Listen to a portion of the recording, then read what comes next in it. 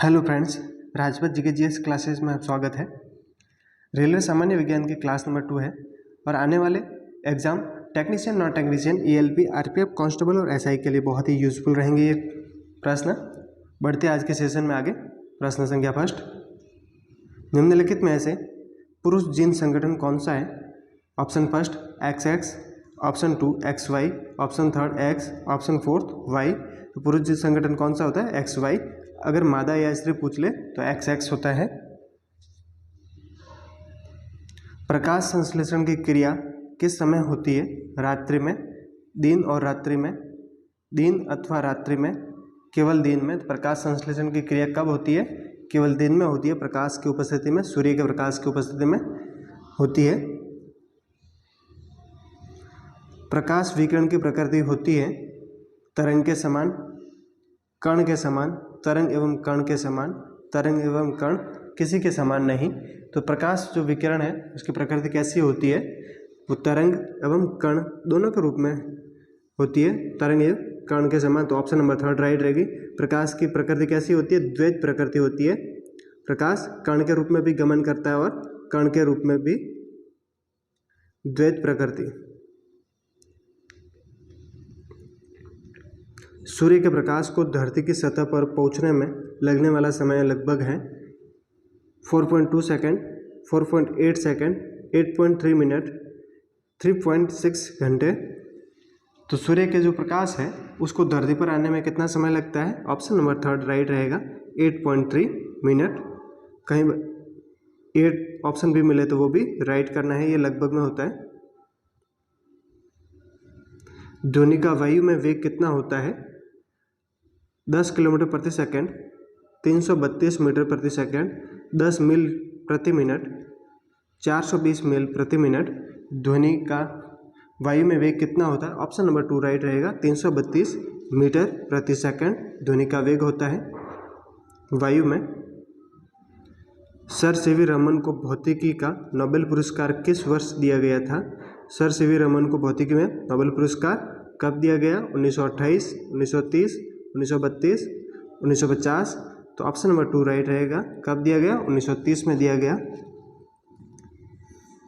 अगर चैनल पर फर्स्ट बार आए हो तो चैनल को सब्सक्राइब, लाइक और शेयर जरूर कीजिएगा। इसी के साथ में बहुत ही जल्दी मैथ्स और रीजनिंग की क्लासें भी स्टार्ट की जाएगी, जो आपके आने वाले एग्जाम के लिए बहुत ही यूजफुल और बहुत ही शॉर्ट ट्रिक से समझाया जाएगा। एक बार अगर आपने देख लिया तो आपके सारे कंसेप्ट क्लियर हो जाएंगे।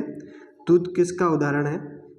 विलयन का, कोलाइड विलयन का, इमल्सन का, वायु विलयन का। दूध किसका उदाहरण है? इमल्सन का। ऑप्शन नंबर थर्ड सही है। स्टील की कठोरता प्रदान करने के लिए किसकी मात्रा बढ़ाई जाती है? कार्बन की मात्रा, मैग्नीज की मात्रा, सिलिकॉन की मात्रा, क्रोमियम की मात्रा। स्टील है उसकी अगर कठोरता बढ़ाना चाहते हो तो क्या मिलाना होगा आपको? उसमें क्रोमियम मिलाना होगा। ऑप्शन नंबर फोर्थ राइट रहेगा।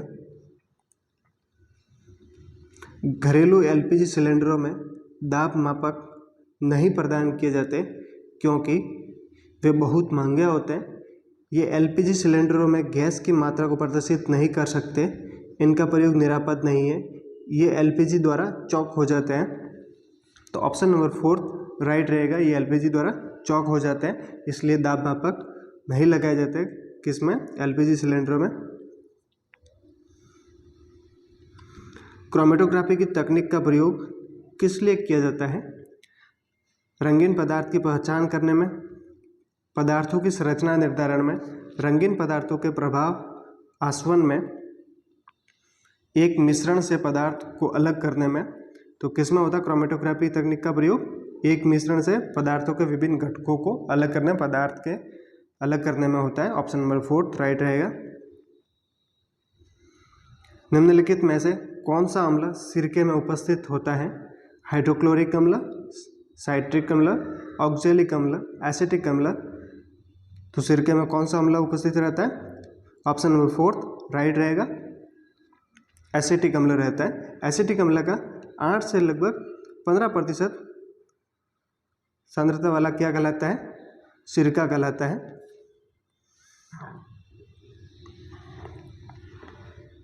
निम्नलिखित में से किसमें कार्बन नहीं है?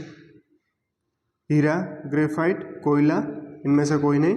तो इन तीनों में कार्बन उपस्थित होता है और नहीं पूछा है तो ऑप्शन नंबर 4 राइट रहेगा, इनमें से कोई नहीं। सूर्य में ऊर्जा का निर्माण होता है। सूर्य में ऊर्जा है वो किस कारण से उत्पन्न होती है, निर्माण कैसे होता है? नाभिकीय विखंडन द्वारा, नाभिकीय संलयन द्वारा, ऑक्सीकरण अभिक्रियाओं द्वारा, अवकरण अभिक्रियाओं द्वारा। तो सूर्य में ऊर्जा का निर्माण कैसे होता है? नाभिकीय संलयन द्वारा ऊर्जा का निर्माण होता है सूर्य में।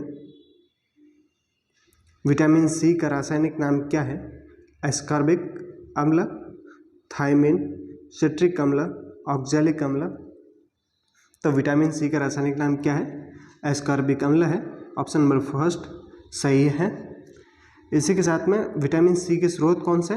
जितने भी सिट्रस फूड है, खट्टे पदार्थ है, वो विटामिन सी के मुख्य स्रोत होते हैं, खट्टे पदार्थ।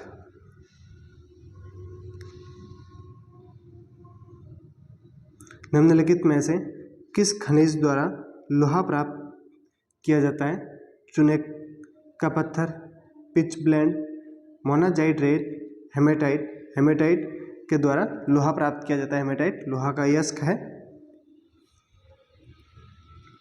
एक कार बैटरी में प्रयुक्त विद्युत अपघटय होता है हाइड्रोक्लोरिक अम्ल, सल्फ्यूरिक अम्ल, नाइट्रिक अम्ल, आसुत जल। तो एक बैटरी कार है, उसमें बैटरी में प्रयुक्त विद्युत अपघटय कौन सा होता है? ऑप्शन नंबर 2 राइट रहेगा, सल्फ्यूरिक अम्ल।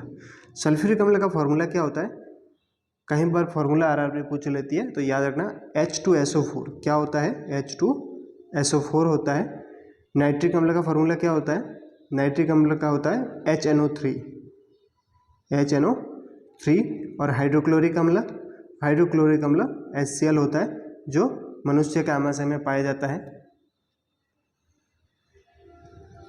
यदि किसी ऐनक के लेंसों की शक्ति +2 डायोप्टर हो तो उसकी फोकस दूरी कितनी होगी?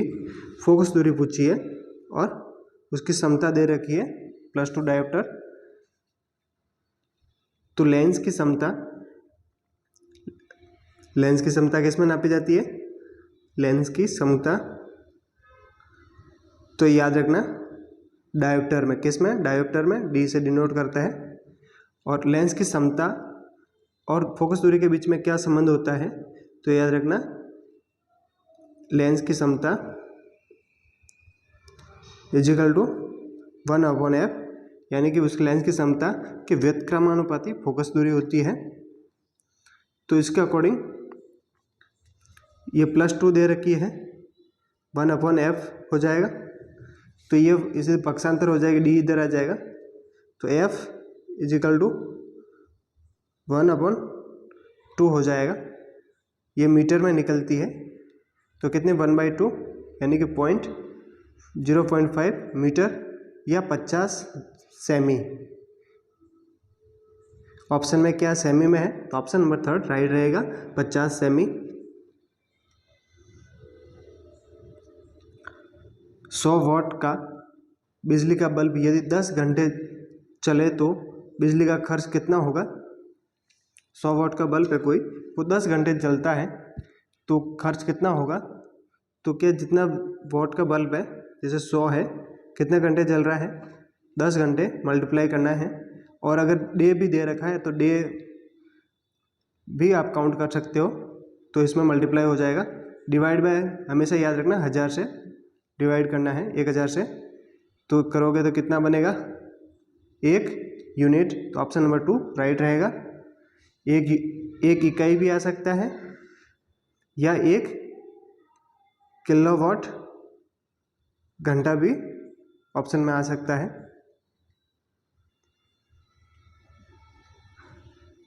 भारी पानी वह होता है, भारी पानी क्या है वो बताना है, जिसका तापमान 4 डिग्री सेल्सियस पर स्थिर रखा जाता है, जिसमें कैल्शियम और पोटेशियम के अविलय लवण होते हैं, जिसमें हाइड्रोजन का स्थान आइसोटोप ले लेता है, जिसमें ऑक्सीजन का स्थान उसका आइसोटोप ले लेता है। तो भारी जल क्या है? ऑप्शन नंबर 3 राइट रहेगा, जिसमें हाइड्रोजन का स्थान उसके जो आइसोटोप होते हैं, समस्थानिक के होता है, वो ले लेते हैं। भारी जल क्या होता है? ड्यूटेरियम का ऑक्साइड होता है। किसका ऑक्साइड होता है? ड्यूटेरियम का ऑक्साइड होता है। ऑक्साइड होता है, क्या फॉर्मूला होता है बारीजल का, D2O, ड्यूटेरियम का ऑक्साइड।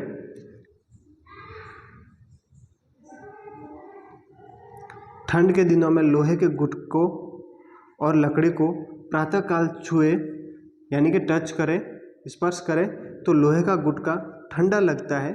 क्यों? जब सर्दी के दिनों में आपने देखा कोई एक लोहे की वस्तु है और एक कुछ लकड़ी का गुट्टा वगैरह पड़ा है, तो अगर दोनों को टच करोगे तो लोहे की वस्तु वो अधिक ठंडी लगेगी कंपेयर टू लकड़ी का जो गुटका पड़ा है। तो उसका कारण क्या है? लोहे के गुटके का ताप लकड़ी के गुटके से कम होता है। लकड़ी की तुलना में लोहा ऊष्मा का चालक है। लकड़ी की तुलना में लोहा ऊष्मा का खराब चालक है। लोहे का गुटका लकड़ी से भारी होता है। तो ऑप्शन नंबर 2 राइट रहेगा। लकड़ी की तुलना में लोहा है वो ऊष्मा का चालन करता है, इसकी वजह से वो अधिक ठंडा है। निम्नलिखित में से हवा में जिस गैस की मात्रा सबसे अधिक है वह है hydrogen, carbon dioxide, oxygen, nitrogen. तो वायुमंडल में सबसे अधिक कौन सी गैस पाई जाती है? ऑप्शन नंबर 4 राइट रहेगा, नाइट्रोजन। कितने प्रतिशत? तो 78%। कितना प्रतिशत? 78%। निम्नलिखित में से सौरमंडल का सबसे बड़ा ग्रह है पृथ्वी, मंगल, बृहस्पति, शनि। ऑप्शन नंबर 3 राइट रहेगा, बृहस्पति सौरमंडल का सबसे बड़ा ग्रह है। और सबसे बड़ा उपग्रह भी अगर पूछ ले तो इसी का ही होता है गैनीमेड। सेल्सियस स्केल पर मानव शरीर का सामान्य तापमान कितना होता है? किसमें पूछा है? सेल्सियस स्केल में। 31 degree Celsius, 19.4 degree Celsius, 37 degree Celsius, 31.5 degree Celsius. तो मानव शरीर का सामान्य स्वस्थ कोई इंसान है उसका तापमान कितना होता है सेल्सियस में? तो ऑप्शन नंबर 3 राइट रहेगा, 37 डिग्री सेल्सियस। कितना? 37 डिग्री सेल्सियस। अगर ये टेम्परेचर स्वस्थ मनुष्य का पूछ ले फ़ारेनहाइट में, किस में? फ़ारेनहाइट में। तो याद रखना 98.6 डिग्री फ़ारेनहाइट होता है। कितना? 98.6 डिग्री फ़ारेनहाइट। और अगर केल्विन में तापमान पूछ लिया तो 310 केल्विन। याद रखना केल्विन में कभी भी डिग्री नहीं लगती, फ़ारेनहाइट और सेल्सियस पैमाने में डिग्री लगती है। निम्नलिखित में से मच्छर भगाने वाली दवाओं में सक्रिय रसायन कौन सा है वो बताना है। एलिथ्रिन, स्ट्रोपिन, 2-आइसोप्रोपोक्सीफिनाइल बेंजीन हेक्साक्लोरोफिन। सक्रिय रसायन कौन सा होता है मच्छर भगाने वाली दवाइयों में? ऑप्शन नंबर 1 राइट रहेगा, एलिथ्रिन होता है। क्या होता है? एलिथ्रिन सक्रिय रसायन होता है मच्छर भगाने वाली दवाइयों में। किसी परमाणु नाभिक का आइसोटोप वह नाभिक है जिसमें न्यूट्रॉन की संख्या वही होती है परंतु प्रोटॉन की संख्या भिन्न होती है। प्रोटॉन की संख्या वही होती है परंतु न्यूट्रॉनों की संख्या भिन्न होती है। तो आइसोटोप क्या होता है नाभिक का वो बताना है। ऑप्शन 3 प्रोटॉन और न्यूट्रॉन दोनों की संख्या वही है परंतु इलेक्ट्रॉनों की संख्या भिन्न है। प्रोटॉन और न्यूट्रॉन दोनों की संख्या भिन्न होती है। तो ऑप्शन नंबर 2 राइट रहेगा। कौन सा राइट रहेगा? 2। प्रोटॉनों की संख्या वही रहती है, समान रहती है परंतु न्यूट्रॉनों की संख्या भिन्न रहती है। न्यूट्रॉनों की संख्या अलग अलग रहती है, भिन्न रहती है। ऑप्शन नंबर 2 राइट रहेगा। इस एमसीक्यू प्रश्नों के साथ में अभी बहुत ही जल्दी मैथ्स और रीजनिंग की क्लासें स्टार्ट की जाएगी और बहुत ही शॉर्ट ट्रिक से समझाई जाएगी। एक बार अगर आपने देख ली ये वीडियो तो आपके पूरे कंप्लीट कंसेप्ट हो जाएंगे। 20 वर्ष की आयु में मानव शरीर में हड्डियों की संख्या कितनी होती है? 20 वर्ष का कोई इंसान है उसके हड्डियों की संख्या कितनी होगी? 100, 200, 300, इनमें से कोई नहीं। तो 20 वर्ष का कोई इंसान है तो उसमें हड्डियों की संख्या इनमें से कोई नहीं। ऑप्शन नंबर 4 राइट रहेगा। कितनी रहती है? 206। वयस्क इंसान में हड्डियों की संख्या कितनी होती है? 206। स्त्रियों की तुलना में पुरुष वर्णांधता से अधिक पीड़ित हो सकते हैं क्योंकि कारण बताना है कि पुरुष वर्णांधता से अधिक पीड़ित क्यों होते हैं। वे अधिक मानसिक तनाव से गुजरते हैं, वे अधिक देर घर से बाहर रहते हैं, उनमें केवल एक क्रोमोसोम होता है, एक एक्स क्रोमोसोम होता है, इसकी वजह से उनमें साधारणतः कम चर्बी होती है। तो ऑप्शन नंबर 3 राइट रहेगा, उसमें केवल एक एक्स क्रोमोसोम होता है, इसलिए पुरुष अधिक प्रभावित होते हैं। याद रखना वर्णांतरा रोग में रोगी कौन होगा? तो रोगी पुरुष होगा। कौन होगा? पुरुष। और महिला ये वाहक होगी। क्या होगी? वाहक, रोग को फैलाने का काम करेगी। निम्नलिखित में से HIV द्वारा होने वाला रोग है क्षय रोग, आंत रोग, कैंसर, एड्स। तो HIV के द्वारा होने वाला रोग कौन सा है? ऑप्शन नंबर 4 राइट रहेगा, एड्स। एक दो बार RRB ने एड्स की फुल फॉर्म पूछी थी, तो एड्स की फुल फॉर्म भी याद रखना, एक्वायर्ड इम्यूनो डेफिशिएंसी सिंड्रोम इसकी फुल फॉर्म होती है। बिजली की खपत किसके मापन पर आधारित है? वाट, वोल्टेज, ओम, एम्पियर। तो बिजली की जो खपत है उसके मापन किस पर आधारित है? तो वाट पे आधारित है। ऑप्शन नंबर फर्स्ट, केवल फर्स्ट राइट रहेगा।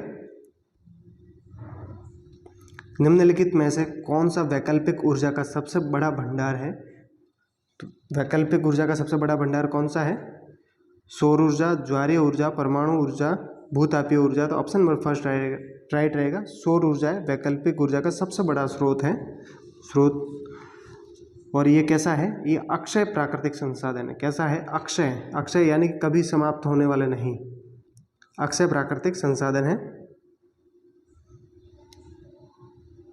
संसाधन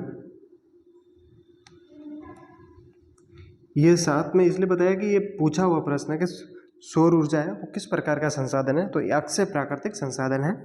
निम्नलिखित में से रेडियोधर्मी पदार्थ उत्सर्जित करता है अल्फा किरणें, बीटा किरणें, गामा किरणें, उपरोक्त सभी। तो रेडियोधर्मी जो पदार्थ है वो तीनों टाइप की किरणें उत्सर्जित करता है, अल्फा, बीटा और गामा। तो ऑप्शन क्या राइट रहेगा? अब उपरोक्त सभी, ऑप्शन 4 सही है। निम्नलिखित में से जल की स्थायी कठोरता का क्या कारण है? कैल्शियम कार्बोनेट, कैल्शियम तथा मैग्नीशियम के क्लोराइड और सल्फेट, सोडियम तथा पोटेशियम के क्लोराइड और सल्फेट, इनमें से कोई नहीं। तो जल की जो स्थायी कठोरता है उसका कारण क्या है? कैल्शियम और मैग्नीशियम के क्लोराइड और सल्फेट जल की स्थायी कठोरता के कारण है। ऑप्शन नंबर 2 राइट रहेगा।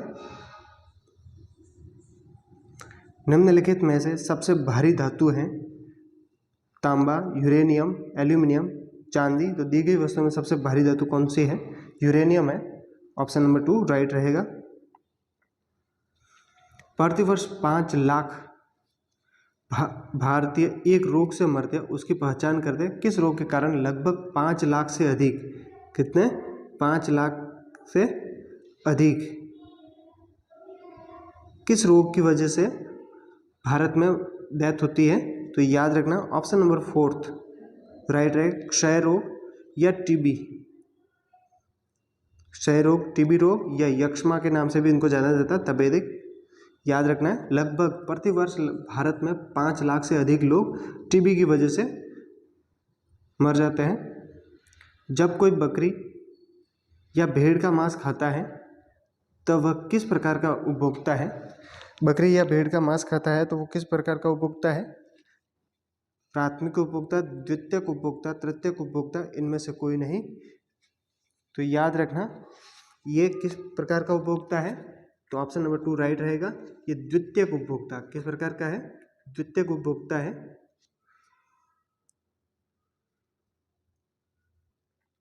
निम्नलिखित में से किसमें डॉल्फिन वर्गीकृत किया जाता है? डॉल्फिन को किसमें वर्गीकृत किया गया है वो बताना है। मत्स्य में, उभयचर में, सरीसृप में, स्तनी में। तो डॉल्फिन को स्तनी में वर्गीकृत किया गया। अपमार्जक क्या होते हैं? साबुन, औषधि, उत्प्रेरक, शोधन, अभिकर्ता। तो अपमार्जक क्या होते हैं? ऑप्शन नंबर 4 राइट रहेगा, शोधन अभिकर्ता। आर्क्योप्टेरिक्स क्या है?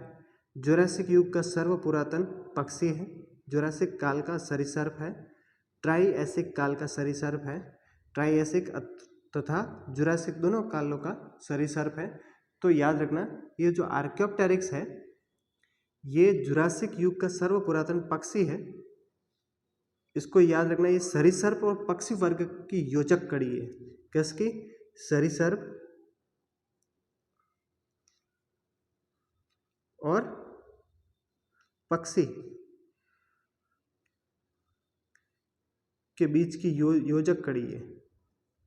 कौन? आर्क्योप्टेरिक्स। इसमें पक्षी की तरह पंख वगैरह है, एकदम पक्षी टाइप दिखता है, लेकिन उसके बॉडी पर सल्क भी पाए जाते हैं, जो किसका गुण है, सरीसृप का, सल्क उपस्थित और पंख भी है। तो इन दोनों के बीच की योजक कड़ी है। सजीव और निर्जीव के बीच की योजक कड़ी किसे कहते हैं, तो वायरस को कहते हैं, विषाणु को। जीवन चक्र की दृष्टि से पौधों का सबसे महत्वपूर्ण अंग कौन सा है, पुष्प, पत्ती, जड़, तना। तो जीवन चक्र की दृष्टि से सबसे महत्वपूर्ण अंग कौन सा है पौधे का, पुष्प है। पुष्प से धीरे धीरे कलिका का निर्माण होता है और बीज से नया पौधा बनता है। तो महत्वपूर्ण अंग कौन सा है, पुष्प होता है। किस वनस्पति खाद्य में अधिकतम प्रोटीन होता है, चना, मटर, सोयाबीन, अरहर। तो सोयाबीन में प्रोटीन की मात्रा अधिकतम होती है, ऑप्शन नंबर 3 सही है। सबसे लंबा जीवित वृक्ष कौन सा है, यूकेलिप्टस, सिकोआ, देवदार, पर्णांत। तो ऑप्शन नंबर 2 राइट रहेगा। सिकोआ है वृक्ष है, वो सबसे बड़ा जीवित वृक्ष है। कैसा है, सबसे लंबा जीवित वृक्ष है। सिकोआ या सिकुआ भी आ सकता है, तो आपको कंफ्यूजन नहीं होना, सिकुआ। ये कहाँ पर पाया जाता है, तो ये कैलिफोर्निया में। कहाँ पर, कैलिफोर्निया में। कैलिफोर्निया में मिलते हैं। डायनेमो परिवर्तित करता है, डायनेमो कौन सी ऊर्जा को किस ऊर्जा में परिवर्तित करता है, विद्युत ऊर्जा को गतिज ऊर्जा में, यांत्रिक ऊर्जा को विद्युत ऊर्जा में परिवर्तित करता है, विद्युत ऊर्जा को यांत्रिक ऊर्जा में परिवर्तित करता है, यांत्रिक ऊर्जा को उत्पन्न करता है। क्या करता है डायनेमो को, क्या कार्य है, तो ऑप्शन नंबर 2 राइट रहेगा। यांत्रिक ऊर्जा को विद्युत ऊर्जा में परिवर्तित करने का कार्य कौन करता है, डायनेमो करता है। एक माइक्रोन किसके बराबर होता है, एक माइक्रोन किसके बराबर होता है, और किस में बताना है, मिलीमीटर में बताना है। किस में, मिलीमीटर में ऑप्शन दे रखा है, तो याद रखना। ऑप्शन में फर्स्ट क्या है, एक माइक्रोन 1 मिलीमीटर का 1/10वां भाग है, 1 मिलीमीटर का 100वां भाग है, 1 मिलीमीटर का 1000वां भाग है, 1 मिलीमीटर का 10,000वां भाग है। तो क्या है, ऑप्शन नंबर 3 राइट रहेगा। 1 मिलीमीटर का 1000वां भाग है, 1000वां भाग है, या ऑप्शन में आपको 10⁻³ भी मिल सकता है, ये तो भी राइट करना है। लेकिन अगर आपको मीटर में पूछ लिया, किस में, मीटर में, तो याद रखना है 1 माइक्रोन बराबर कितना होता है, 10⁶ मीटर।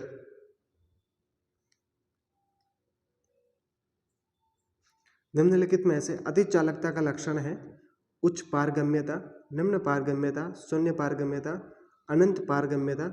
तो अति चालकता का लक्षण क्या है, उच्च पारगम्यता, ऑप्शन फर्स्ट राइट रहेगा।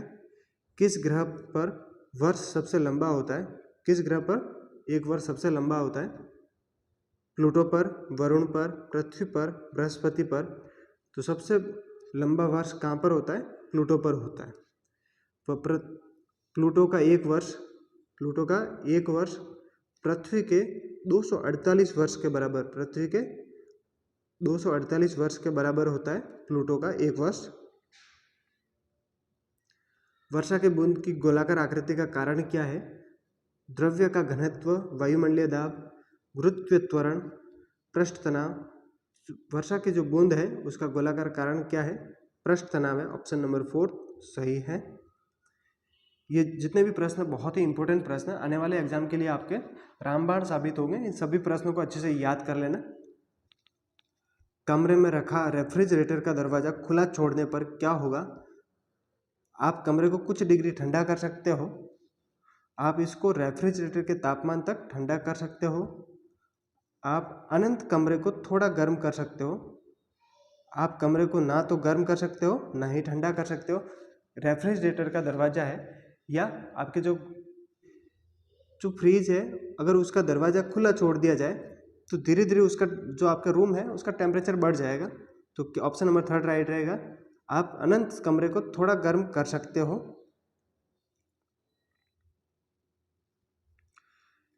किस खनिज से रेडियम प्राप्त किया जाता है, चूना पत्थर, पिच ब्लेंड, रूटाइल, हेमेटाइट। तो पिच ब्लेंड किससे प्राप्त किया जाता है, ऑप्शन नंबर 2 राइट रहेगा।